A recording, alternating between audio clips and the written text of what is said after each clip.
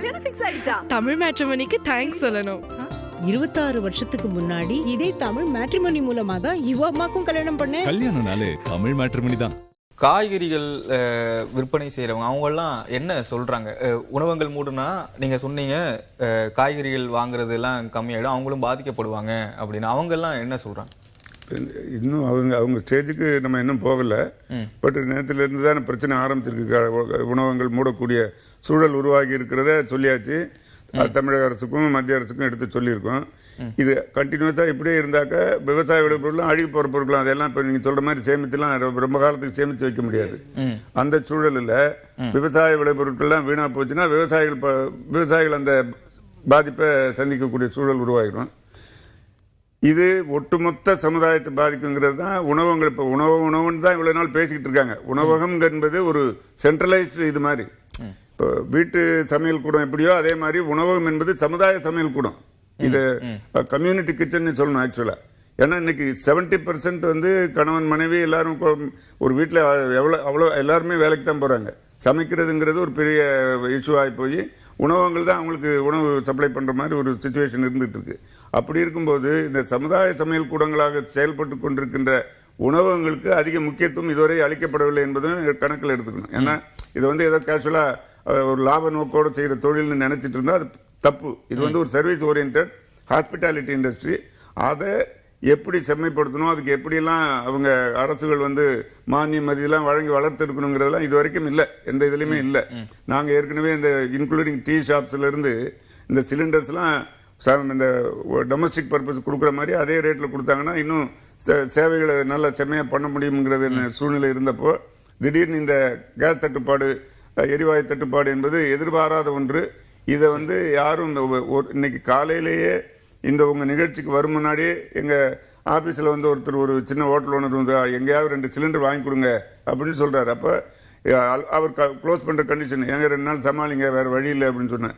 2 நாள் மூடிட்டா என் எம்ப்ளாயிஸ் எல்லாம் ஓடி போயிடுவான். தொடர் இது வந்து ஒரு லிங்க், செயின் லிங்க் மாதிரி. எம்ப்ளாயிஸ் ஓடி போயிட்டான்னு சொன்னா திரும்ப அது செயல்பாட்டு கொண்டு வர்றதுக்கு அதுக்கு 1 மாசம் ஆயிடும்.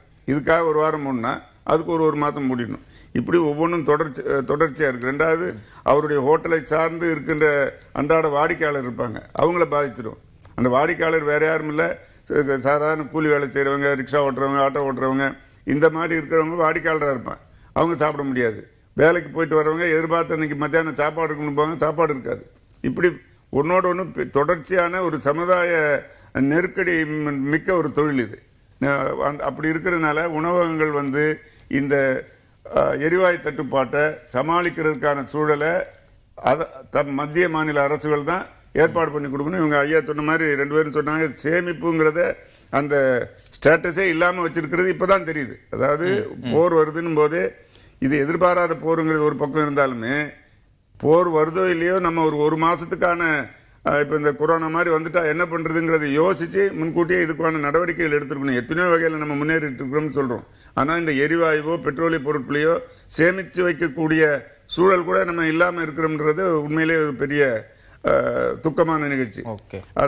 இதை வச்சு பார்க்கும்போது இந்த தொழில்கள் எல்லாம் ஒன்னோட ஒண்ணு தொடர்புடைய தொழில்கள் என்பதையும் சமுதாயத்தோடு தொடர்புடைய தொழில் உணவு தொழில் என்பதையும் கருத்தில் கொண்டு உடனடியா இந்த சிலிண்டர்களை எப்படி ரிலீஸ் பண்ண முடியும், இதுக்கு வாங்குறதுக்கு வேற வழியான ஆல்டர்னேட் சோர்ஸும் இப்போ எடுக்க முடியாது. ஏன்னா ஆல்டர்னேட் எடுக்கும்போது இண்டக்ஷன் ஸ்டவ்க்கு தான் போய் ஆகணும். இண்டக்ஷன் ஸ்டவ் அவைலபிலிட்டி இல்லைன்ற அன்னைக்கு காலையில் சொல்லும்போது எங்க இண்டக்ஷன் ஸ்டவ் வாங்கி மார்க்கெட் பூரா தேடினா இண்டக்ஷன் ஸ்டவ் இல்லை. சரி, அப்படியே இண்டக்ஷன் ஸ்டவ் வாங்கி வச்சா அதில் என்ன ப்ராப்ளம்னு கேட்டிங்கன்னா எலக்ட்ரிசிட்டி ப்ராப்ளம். எலக்ட்ரிசிட்டி வந்து ஆல்ரெடி எலக்ட்ரிக்கல் பில்ஸ் வந்து கடுமையாகி போச்சு. இந்த எலக்ட்ரிக்கல் பில் அதுவும் கமர்ஷியலுக்கு கூடுதலாகி போச்சு. கூடுதலாக இருக்கிற அந்த கமர்ஷியல் எலக்ட்ரிசிட்டிலையும் காலையில் ஒரு 4 மணி நேரம், சாயந்தரம் 1 நேரம் பீக் ஹவர்ஸ்னு சொல்லி அதை அனௌன்ஸ் பண்ணிடுறாங்க. Peak hours utilization. அந்த பீக் ஹவர் யூட்டிலைசேஷன்ல எலக்ட்ரிசிட்டி யூஸ் பண்ணா அது 2 மடங்கு 3 மடங்கு சார்ஜஸ் கூடிரும். இந்த 4 நாள் 8 மணி நேரம் தான் செயல்படக்கூடிய நேரம். உணவகங்களோ வேற எந்த தொழிலோ நல்ல சரியா செயல்படக்கூடிய அந்த காலையில சாயந்தரம் 2 மணி நேரம் பீக் ஹவர்ஸ்ல இவங்க எலக்ட்ரிசிட்டி கன்சம்ஷன் அது 3 மடங்கு 2 மடங்கு ஏத்திட்டீங்கன்னா அதையும் யூஸ் பண்ண முடியாது. அப்ப எலக்ட்ரிசிட்டி சார்ஜஸ் கடுமையா வந்துடும். இப்படி பல வகையில நெருக்கடி இந்த தொழில்களுக்கு. இந்த எல்பிஜிங்கிறது நேற்று தான் முதல்வரோட மீட்டிங் நடக்கும்போது தான் தெரியுது. இது வந்து உணவகம் சார்ந்த தொழில் சப்ளை மட்டும் இல்ல, எல்பிஜி பல பேர் இந்த எம்எஸ்எம்இல இருந்து அவ்வளவு பேரும் யூஸ் பண்ற ஒரு தொழிலா இருக்கு எல்பிஜி சப்ளை. இன்க்ளூடிங் நெட்வொர்க் முதற்கொண்டு அதில் தான் இந்த எல்பிஜி ஏதோ யூஸ் பண்ணுறாங்கன்னு சொல்கிறாங்க. இப்படி எல்லாத்துலேயுமே எல்பிஜி எல்என்ஜி யூசேஜ் இருக்கும்போது அதை சேமித்து வைத்திருக்க வேண்டிய அரசாங்கம் கோட்டை விட்டுட்டு மாதிரி தான் இப்போ நமக்கு தோணுது.